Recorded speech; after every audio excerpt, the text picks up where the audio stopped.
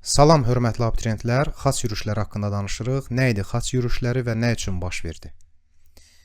Ümumiyyətlə, Roma papasının məqsədi öz hakimiyyətini şərqə doğru genişləndirmək idi. Buradakı müsəlmanları xristiyanlaşdırmaq, pravoslavları katolikləşdirmək, daha çox gəlir əldə etmək idi. Və öz məqsədinə çatmaq üçün Roma papası 1095-ci ildə Klermon qurultayını təşkil edir və qurultayda bildirir ki, Qüdsdə, işarə elədiyim bu yerdə, İsa'nın qəbri var və müsəlmanlar İsa'nın qəbrini mundarlayırlar, təhqir eləyirlər. Biz Peyğəmbərimizi bu təhqirlərə məruz qoya bilmərik. Yalandan deyir təbii ki.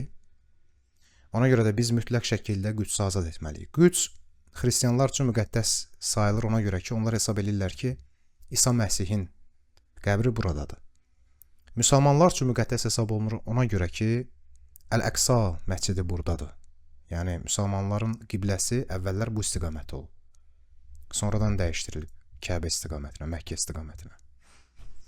Yəhudilər üçün ona görə müqəddəs sayılır ki, Süleyman məbədi burada yerləşirdi. Və Səlcuq dövləti həmin dövrdə zəifləmişdi. Bu da sələbçilərin işini asanlaşdırır. Birinci xaç yürüşü 1096-99-cu illərə əhatə eləyir. Və birinci xaç yürüşünün nəticəsi o olur ki, xaçlılar Qüdsü ələ keçirirlər və burada 4 dövlət yaradırlar. Qüds krallığı, Antioxiya, Edessa və Tripoli qraflıqları. Birinci xaç yürüşündə sələbçilərin uğur qazanmasının başlıca səbəbi isə Səlcuqlu dövlətinin zəifləməsi idi. Birinci sələb yürüşü sələbçilər üçün kifayət qədər uğurlu olur. Vaxt ötür, zaman keçir, Mosul əmiri hücum eləyir və sələbçilərin yaratdığı dövlətlərdən birini, Edessanı süquta uğrayır və Edessanı tutur. Edessanın itirilməsi sələbçiləri başdan çıxarır. Onlar bundan barışmaq istəmirlər və ikinci sələb yürüşü başlayır.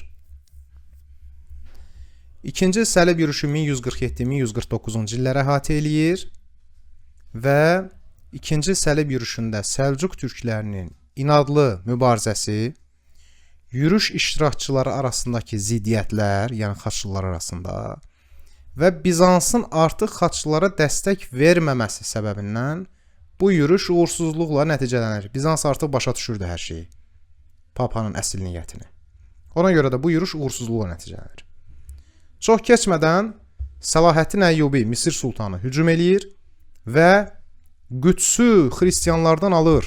Artıq Qüds krallığının süqut etməsi bir nömrəli dövləti idi də xristiyanların şərqdə.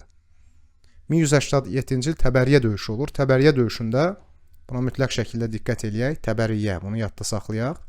Vəsaitdə də var, dərsliklərdə də var. 1187-ci il. Təbəriyyə döyüşündə Səlahəddin xaçlıları məğlub edib Qüdsü alır.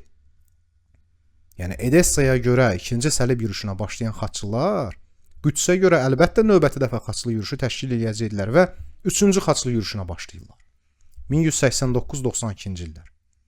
Burada artıq biz görürük müqəddəs Roma imperiyasını, yəni Almaniyanı, Fransanı, İngiltərə krallarını. İngiltərə və Fransa Qüdsə getmək üçün dəniz yolundan istifadə edirlər. Yəni ilk dəfə dəniz yolundan istifadə üçüncü xaç yürüşündədir. Məqsəd nədir? Qüdsü geri qaytarmaq. Amma uğursuz olur. Dördüncü xaç yürüşü, bunlar artıq istəyirdilər ki, Misiri sıradan çıxarsınlar. Çünki Misir onlara problem yaratmışdı Səlahəddin. Hesab edirdilər ki, Misirin işini bitirmək lazımdır. Venesiyalılar papanın fikrini döndərir. Venesiyalılar deyirlər ki, siz niyə Misirin üzərinə gedirsiniz? Misir, yəni sizə nə vəd eləyir? İntiqam, qisas. Halbuki siz daha çox gəlir əldə edə bilərsiniz.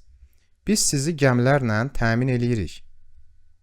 Biz sizi gəmilərlə, hər cür avadanlıqlarla təmin eləyirik. Venesiya deyir ha bunu. Siz gedin Bizansın üzərinə. Bizansın üzərinə get. Papa soruşur, onda mənim nə xeyrim olacaq? Sənin xeyrin də olacaq ki, şərq xristiyanları Bizans təsirindən azad olacaq və Roma kilsəsinə tabe olacaq. Sənin qazancın bu olacaq. öz hakimiyyətini şərqdəki xristianlara da yayacaqsan. Pap əlbəttə ki, bunu bəyənir və 1202-ci ildə səlibçilər Misirə yox, Konstantinopola, İstanbula yürüş eləyirlər Bizans üzərinə və 1204-cü ildə Bizans müvəqqəti olaraq süquta uğrayır, öz varlığını itirir. Səlibçilər Ayasofya məbədini tuturlar, dağıdırlar, yandırırlar, qırğınlar törədirlər və burada Latın imperiyasını yaradırlar, yəni öz dövlətlərini. Və bu dövlətdən 1261-ə qədər mövcud olacaq. 1261-də isə Bizans kəfəni cıraraq yenidən özünü bərpa eləyəcək. Bu əsas bu 4 xas yürüşünə diqqət eləməliyik. Birinci xas yürüşü Qüds krallığı, Antiox, Edessa və Tripoli qraflıqları yaranır. İkinci xas yürüşünün səbəbi nə idi? Mosul əmirinin Edessanı azad etməsi və ikinci xas yürüşü. Sonra Səlahəddinin Qüdsə azad etməsi və üçüncü xas yürüşü. Dördüncü xas yürüşü də Bizans üzərinə edilmişdir. Bir də var Avropada səlibçilərə qarşı hərəkat. Biz buna Reconquista deyirik. Deməli, Pireneya yarımadasına baxsaq, müsəlmanlar artıq azalmışdı və burada Kordova xilafəti də zəifləmişdi, parçalanmışdı. Ondan geriyə Granada qalır. Sadəcə Granada əmirliyi, o müsəlman torpaqlarıdır İspaniyada. Kastiliya, bu Aragon, bura Navarra, burada Portuqaliya. Pireneya yarımadasında bu dövlətlər var. Deməli, Reconquista hərəkatı 11-15-ci əsrləri əhatə edir və müsəlmanları bu bölgələrdən çıxartmağı hədəfləyir.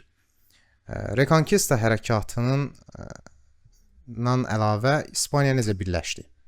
Bu haqda danışaq. Bu Kastiliya və Aragon 1479-cu ildə birləşirlər və beləliklə yaranır İspaniya.